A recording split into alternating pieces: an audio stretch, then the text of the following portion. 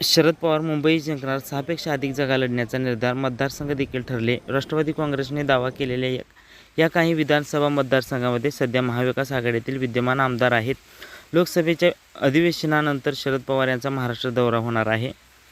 राष्ट्रवादी काँग्रेसचे शरदचंद्र पवार यांच्या पक्षाकडून आज मुंबईतील विधानसभेचा आढावा घेण्यात येणार आहे. आगामी विधानसभा निवडणुकीसाठी पक्षाकडून जोरदार मोर्चेबांधणी सुरू आहे. 2019च्या विधानसभेत राष्ट्रवादी काँग्रेसने मुंबईतील 6 जागा लढवल्या होत्या, परंतु यंदा लोकसभेतील यशानंतर मुंबईत विधानसभेच्या निवडणुकीत 6पेक्षा अधिक जागा लढण्याचा निर्धार पक्षाने घेतला आहे.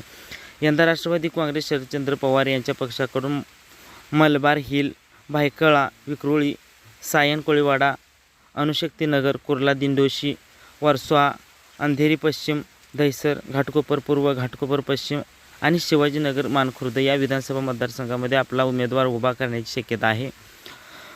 मुंबई अध्यक्ष राखी जाधव या मतदारसंघाचा रिपोर्ट पक्षाचे प्रदेशाध्यक्ष जयंत पाटील यांच्यासमोर मांडणार आहेत. राष्ट्रवादी काँग्रेसने दावा केलेल्या या काही विधानसभा मतदारसंघामध्ये सध्या महाविकास आघाडीतील विद्यमान आमदार आहेत. लोकसभेच्या अधिवेशनानंतर शरद पवार यांचा महाराष्ट्र दौरा होणार आहे. महाराष्ट्र दौऱ्याच्या निमित्ताने प्रत्येक विधानसभा मतदारसंघात पोहोचण्याचा शरद पवार यांचा प्रयत्न आहे.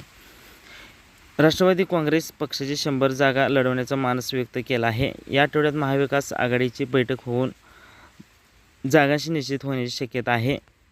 विधानसभेच्या प्रत्येक पक्षाची जागा निश्चित झाल्यावर शरद पवार महाराष्ट्र दौरा करणार आहेत. पक्षाच्या या नव्या निर्धारामुळे आगामी विधानसभा निवडणुकीमध्ये काय होणार हे पाहणे औत्सुक्याचे ठरणार आहे.